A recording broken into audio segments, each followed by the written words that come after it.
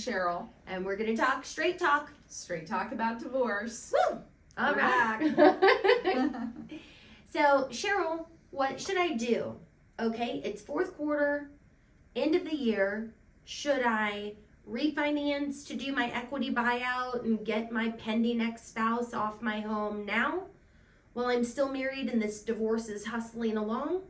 Or should I sell it now? Or should I wait until the new year? Okay, so let's talk about what ramifications there are in each one. So you will have some capital gains issues to look at. There's gonna be some tax ramifications. Mm-hmm. So let's talk a little bit about those types of things. Okay. So I think a lot of people are like, what, taxes? Well, remember, the IRS says whatever your marital status is on the last day of the year, that's your marital status, right? And your marital status isn't pending divorce. You are married or you are unmarried. That's it, all right? It's not complicated. So if I'm married or I'm unmarried, fine. Then however I choose to move forward, by the end of the year is how I'm going to file my taxes for next year. Okay. So if I am still refinancing and still married, right? So if I choose to refi and do an equity buyout while I'm still married, is it permissible? Yes, it's permissible to refinance. To do an equity buyout requires a finalized divorce decree. So you're going to be unmarried by that time. Should I wait for the end of the year?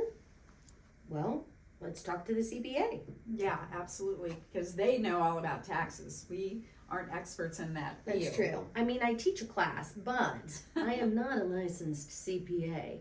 And if you go from being married filing joint to an individual, just your basic standard deduction is going to alter. Your income is going to alter. So your taxable marginal tax bracket is going to change. All of the numbers pivot, right? Right. This is why I'm such a fan of the divorce mortgage planning report. It's such a beneficial tool to look at. Here's where I am and here's what's coming for me.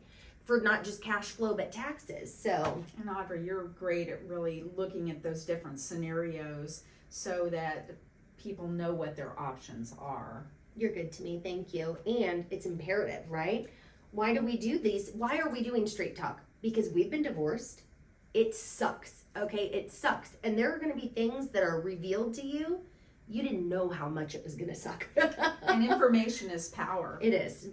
And when you're going through a divorce, your emotions are all over the place. So it's really, really important that you have a good team behind you that can guide you and provide you with that information so that you can make smart decisions. Absolutely. Well, so your taxes, we want to loop in our CPA. Capital gains, we want to talk to our CPA. But remember, these are the things the IRS tells us. When you're selling a home, that is your primary residence on a qualified mortgage, it can be counted against your primary residence exclusion. So capital gains says that a married couple can not pay capital gains tax on up to $500,000 of equity. So if you're a single person, yeah, what happens then? Half, $250,000. Right, which can make a huge difference when selling a home. Absolutely. Also, sell the home. If you have a lot of equity in your home, just sell it while you're married.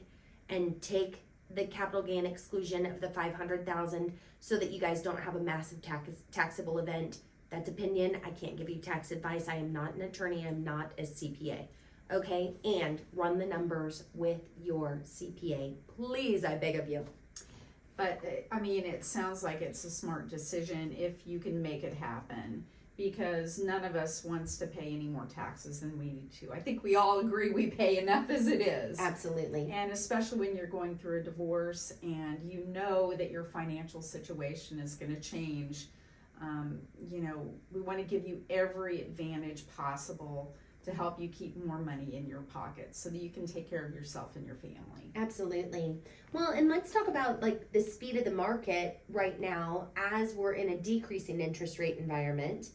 and compare it back to the speed of the market when we were in an increasing rate environment. So Sheryl, you're on the street selling people homes all day, every day, and then listing homes that people currently own to sell. So what do you notice is going on out there? Well, anytime interest rates are declining, that's going to bring more buyers into the market, and that's going to energize the market. And usually what happens is when you energize the market, the prices are going to go up and there might be more competition. If you're a seller, that's great because you might be getting more money for your home, and you might be on market fewer days on market.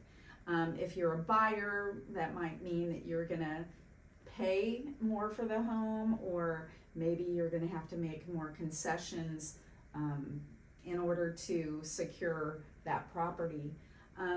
Conversely, if you're in a market where interest rates are increasing, then usually days on market go up, and buyers will tend to hold back, and they don't want to enter the market. They want to wait until they see the rates go down. Mm-hmm. And so then we're going to have more days on market, but you may be able to secure a property easier if you're a buyer, less competition. So there's pros and cons for both. So loop that in for our divorcees or our people who are pending divorce. Okay, so, well, if you are divorcing and you are selling your home and it's in a decreasing interest rate market, you probably need to plan that your house is likely going to sell fairly quickly, and you're going to sell at a good price. So as long as your property is priced appropriately, there's really no perfect time to sell your home. Right. And so I would say if you need to sell it, you need to sell it. That's right. And take action. It's going to work out the way it's supposed to. And if you have a good support system around you, you'll make the right decision. Yeah, you definitely will. Definitely. And just be mindful of these market changes because you don't have any control. The market is what it is. It's alive very much. Human beings are running it, and their emotions are making these choices. So just know that as interest rates continue to drop, it's going to be busier, which means a faster speed and more activity, maybe quicker decisions. Higher prices, exactly. And if you are choosing to move a property, meaning sell it, in a time when interest rates are higher, if it's not priced appropriately, you will see a delay.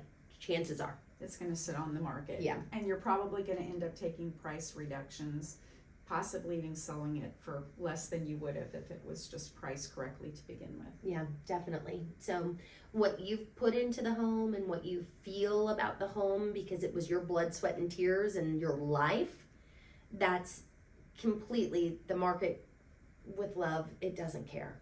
Mm-hmm. Yeah. And that doesn't feel warm and fuzzy to say, but that's straight talk. Straight talk about divorce, guys. We'll see you next time. Bye.